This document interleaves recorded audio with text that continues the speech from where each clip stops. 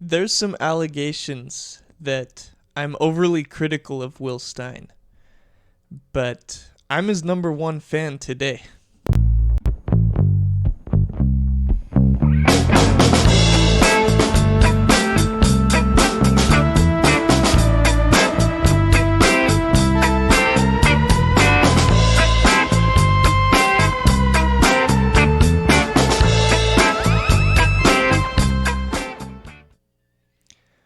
What's up, everybody? Welcome into another episode of the Soder Report. My name is Kyle Soder, and I'm the host here on this channel. And we're going to be talking about the Minnesota game yesterday, and then a little bit about the games that have happened so far today. Right now, the Ole Miss and Texas-Georgia game is in progress. Those are the ones still relevant to the Oregon Ducks. But we're mostly going to focus on the win over Minnesota yesterday. Oregon handled their business, and they played the way that they should against a Minnesota team that, when Oregon's at their best, really doesn't belong on the same field as them. That's just the bottom line, and we saw that yesterday. But before we get into that, please subscribe to the channel, like the video. I had to go to a wedding during the game yesterday.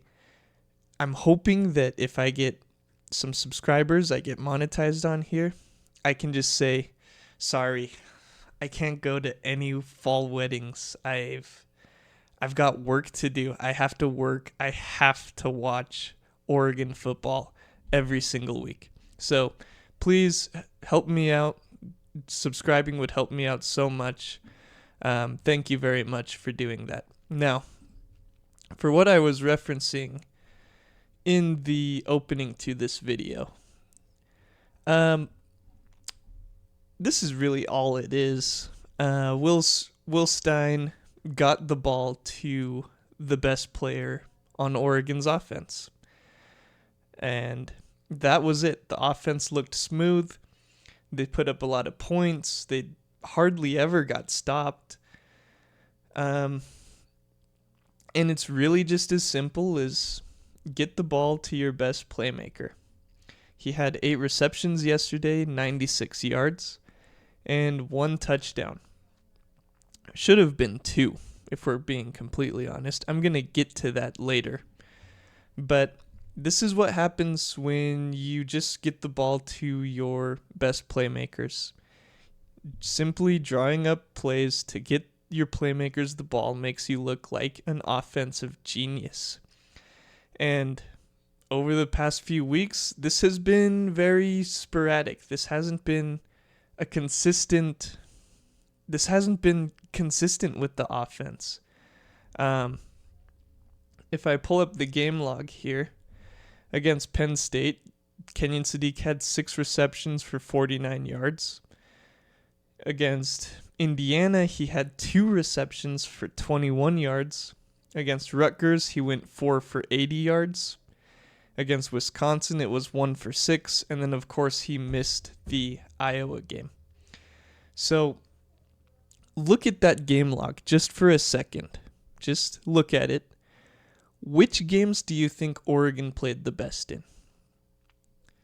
Do you think that their offense looked pretty good against Penn State, really good against Rutgers, and really good against Minnesota? Because I would agree with you.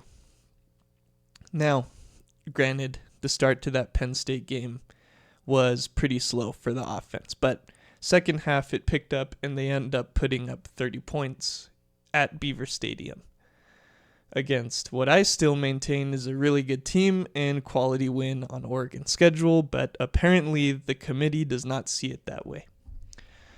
So the offense functioned well against Penn State, Rutgers, and Minnesota. It did not function well against Wisconsin and Indiana. What do those 2 games have in common? 2 catches for 21, 1 catch for 6. And it's the same thing with Decorian Moore. He wasn't available for this Minnesota game, unfortunately. I'm going to get to the injuries as well a little bit later. But I wanted to start with this beautiful, relieving, satisfying stat line that Kenyon Sadiq finally got featured in the offense, and I've said it multiple times already, I'll say it again, it's really just that simple, because even if a play is breaking down, if there's an offensive lineman that got beat and there's a Minnesota rusher bearing down on Dante Moore and he's throwing the ball as soon as he gets hit, and even if Kenyon Sadiq is being mugged while he's trying to catch the football, he's just going to reach out with one hand and bring it in. We saw that last night. Should have been a penalty on that play, but didn't matter. Kenyon Sadiq just made a one-handed catch anyway. Just like on the broadcast, it was funny how easy it looked for him to do.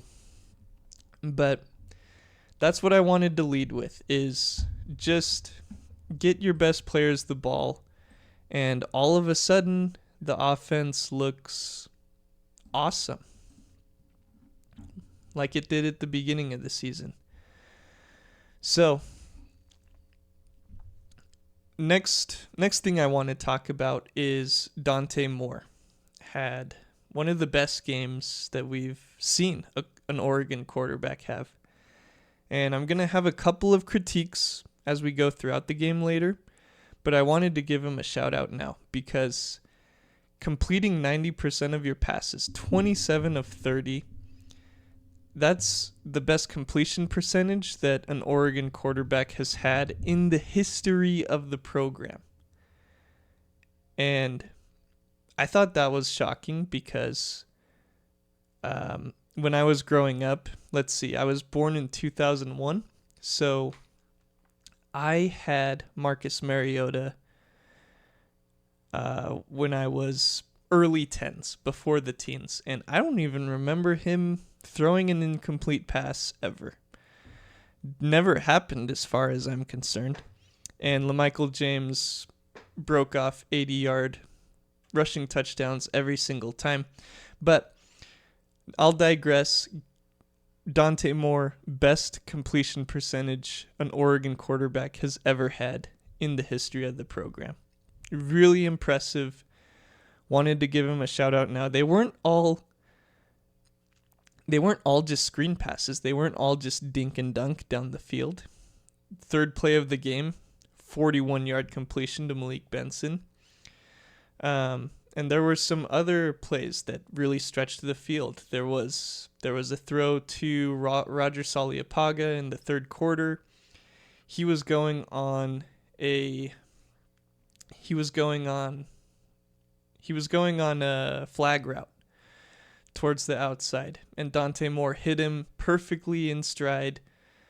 It was a beautiful throw. It was not an easy throw, but he made it look easy. So he played extremely well. Also wanted to shout out the defense here. I've got some texts with my dad from the beginning of that game, and I was just fawning over that defensive performance. They had the opening scoring drive, went right down the field, put up points, got right in the end zone, 7-0. And then immediately the Minnesota offense goes trick play, and sack. So Minnesota, like, you could tell their coaching staff knew that they didn't really have a chance. And I'm sending texts to my dad. Wow, ferocious defense. The D-line is super impressive. They're harassing him. I was just falling in love with the defensive performance. They played violent. They played ferocious. It was great to see.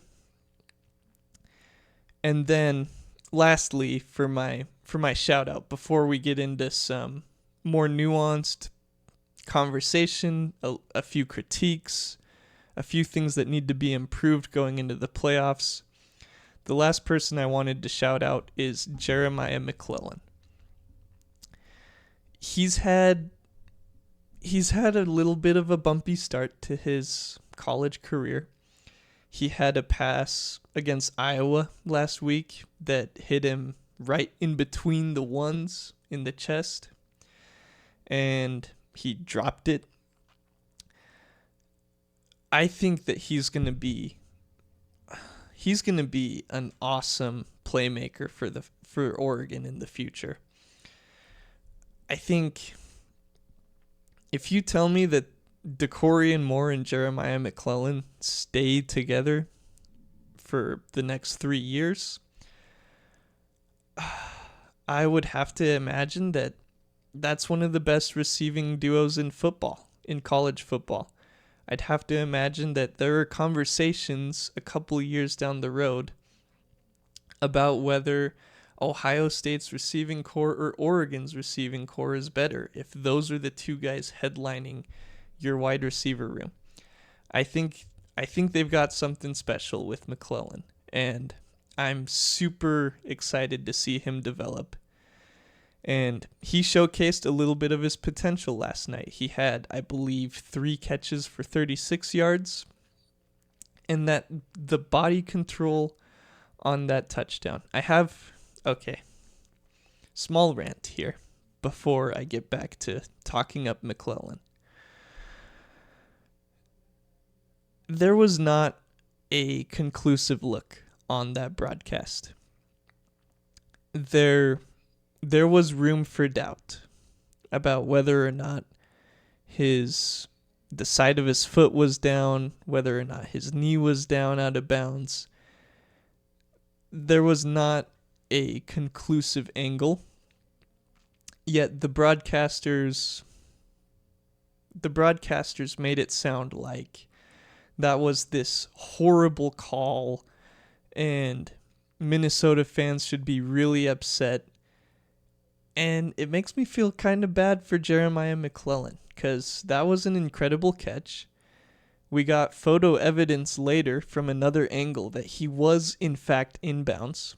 The picture is out there. You can find it. Maybe, you know what? Maybe I'll post it as the thumbnail to this video so that everyone who watches this video can see. That's what I'll do. But the broadcast, it really felt like they were just taking away from Jeremiah Mclen. They took away from an amazing play that was made. So that was an issue I had, especially on a camera angle where I'm biased, but I feel like there was not a conclusive camera angle. Anyway, Jeremiah Mclen going to develop into what I think will be a superstar in the future. All right. Let's get to some areas where I had a little bit of an issue with. There's not a lot. We're going to have to get really picky in this game because they played great. They played a complete game. They were dominant on all 3 fronts. They played incredible. So I'm going to get super picky here. Let's start with the first drive. So, first drive, I mentioned this earlier. Dante Moore throws a deep pass to Malik Benson down the right sideline. And it goes for a gain of 41, and it's an awesome, explosive play. Gets the defense on their heels, stretches the field, everything that you want. However, going back and watching that play, Malik Benson is wide open. There's no one within yards of him. And on that pass, it sort of felt like Dante Moore was arcing the ball a little more than he had to, lobbing it a little more than he had to. and putting it as close to the sideline as he possibly could so that no one could come and intercept the pass, which that's great to do if there's a corner that is draped all over him, because that would have been a perfect back shoulder pass, or if there's a safety lurking over the top. In this case, neither one of those had happened. I would have really liked to see Dante Moore put that a little bit more on a line, put it out in front of Malik Benson, and I think if he does that, then that play goes for a touchdown right there. So, of course, in this game against the Minnesota Golden Gophers, that doesn't really matter. But if you get into a playoff game against Notre Dame or Indiana or Texas A&M or even Ohio State, then that is a play that's going to matter. Because if you're playing Ohio State, they buckle down and force you to a field goal in that drive. So, like I said, this is getting really picky. But that is, Dante Moore's deep ball is something that needs to be improved. If he goes into the draft, that's something that's going to be talked about, is he doesn't necessarily throw the best deep ball.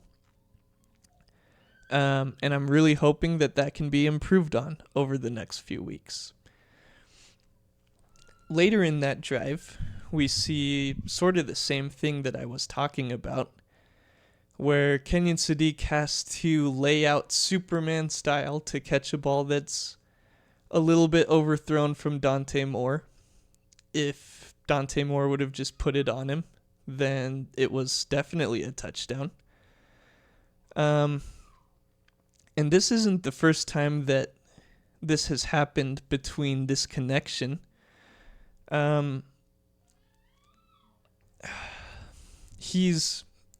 This happened in the Rutgers game, and I brought this up on the last podcast. I was wondering if Kenyon Sadiq's lingering injury designation going into Iowa was a result of, I wonder if it started in the Rutgers game where he had to jump way up high for a pass that Dante Moore sort of overthrew. He caught it. He came down really hard on his hip. I wonder if the lingering stems from that or throws like that. So just every once in a while, the accuracy with Dante Moore is a little bit off. And most of the time it's plays where the wide receiver is wide open and should go in for a touchdown. So that's just something that I want to see cleaned up a little bit. Yeah, and then there was another pass similar to Jamari Johnson in the third quarter where it was just a little bit off. But that's all the critique I'm going to do of Dante Moore. Like I said, he played one of the best games in the history of Oregon football at the quarterback position. Just those little tiny things need to be cleaned up in order for this team to go to a true national championship team. Another thing that I had a slight issue with was Oregon was up. I believe it was 21-3 in the second quarter. Oregon had a 3rd and 18 that they were trying to convert, and Will Stein dials up a trick play. It was going to be a hook and ladder where they throw a screen to Cooper Perry, and he was going to pitch it to De'Aaron Hill. And maybe it would have worked, maybe it wouldn't have worked. What ends up happening in reality is Cooper Perry throws it to nobody in particular. And Minnesota recovers a fumble. They're in Oregon territory, and the defense ends up holding them to a field goal. But again, that's something that could really hurt you against an Ohio State or against a better team. Against the Minnesota Golden Gophers, you were able to hold them to a field goal. What's going to happen against a better team that's able to take advantage of those opportunities? Because Minnesota just wasn't able to the entire night. It was obvious they were outmatched from the jump. But against better teams, you were allowing Minnesota, you were giving them a free opportunity to get back into the football game. And better teams will take advantage.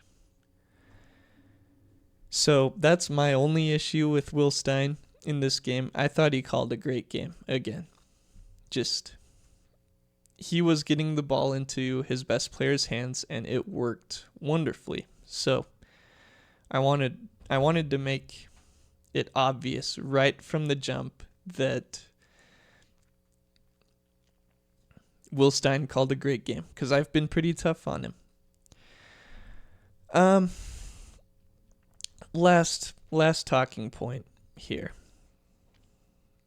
Last critique is there's a trend that's starting to get more and more popular as the years go by, where players drop the ball before they cross the goal line. And it was so unfortunate because it was one of the best runs that I have ever seen.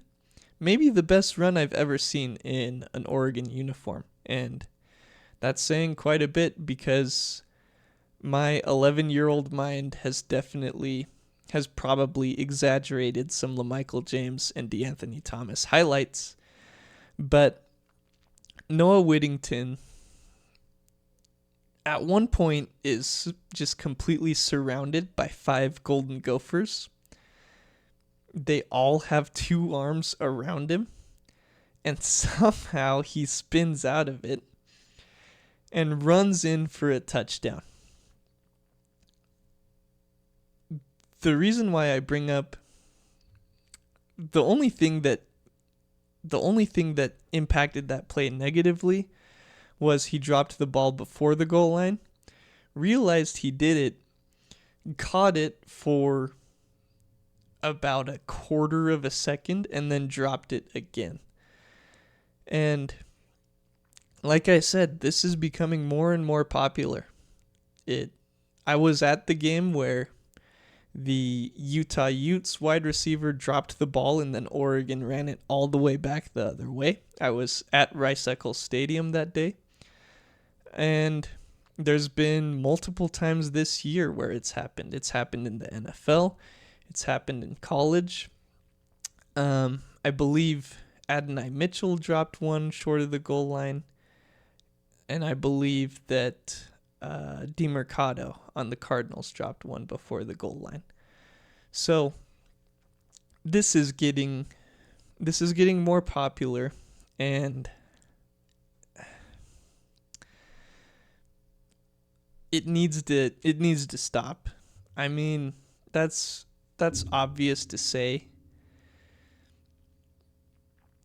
I don't want to say that the team is undisciplined. I don't want to say that. I don't really know what to say in regards to this, but that was one of the greatest runs that I've ever seen, and it was almost overshadowed by one of the dumbest mistakes that I've ever seen in an Oregon player make. So that's really all I have to say about the critiques for this game. Again, it was played very well. We had to get very nitpicky to come up with any talking points at all, or else this podcast would just be over in 5 minutes. I'd say Kenyon Sadiq played great, Dante Moore played great, Will Stein coached great. Dan Lanning coached great. That would have been the end. So the critiques are what give us stuff to talk about. I was very impressed with Oregon in this game. The last thing that I wanted to say with the defense, this is massive credit to the defense, is after they came out and honestly, Minnesota had a very creative offensive game plan, to be quite frank. They had a ton of screens, they had a ton of just weird trick plays, a lot of stuff to try to keep the Oregon defense off balance. They stayed extremely disciplined, and it didn't matter what Minnesota did. Oregon just dominated them the whole game. And in the second quarter, I've got a little note here. And I said here in the note that they're throwing it deep, just hoping for PI. They got one-on-one matchups on the outside. The wide receivers could not win, and the quarterback was throwing it up anyway, just in hopes that they would get a pass interference called, because that was really the only way they could move the ball in this game. So I wanted to end on that note, that the defense was so dominant that's what Minnesota really had to do. It was screen plays and then throw it deep and hope for pass interference. Now, to close this out, let's see. Let me make sure. Let me get up to speed on the games happening now. Alabama lost to Oklahoma earlier today. Georgia's currently beating Texas. Ole Miss is currently beating Florida. So, if we assume Georgia and Ole Miss finish the job against their teams, what happens to Oklahoma and Alabama? Do they drop Alabama to 7 and then put Oklahoma at 6? And then Oregon actually gets bumped back? Or do they both land behind Oregon?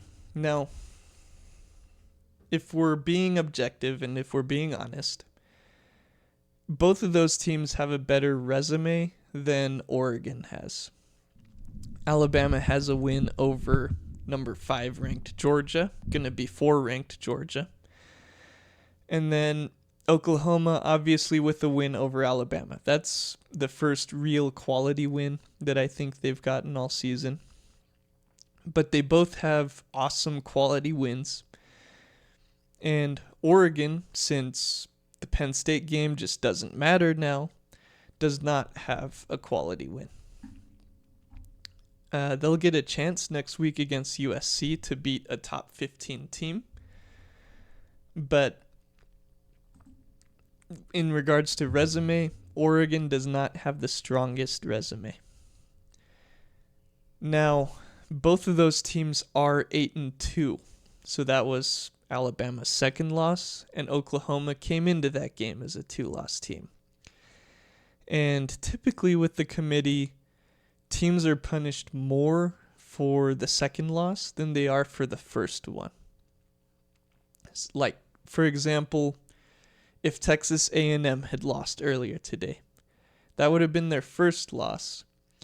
And I'm very confident that they would have stayed ahead of Oregon had they lost that game.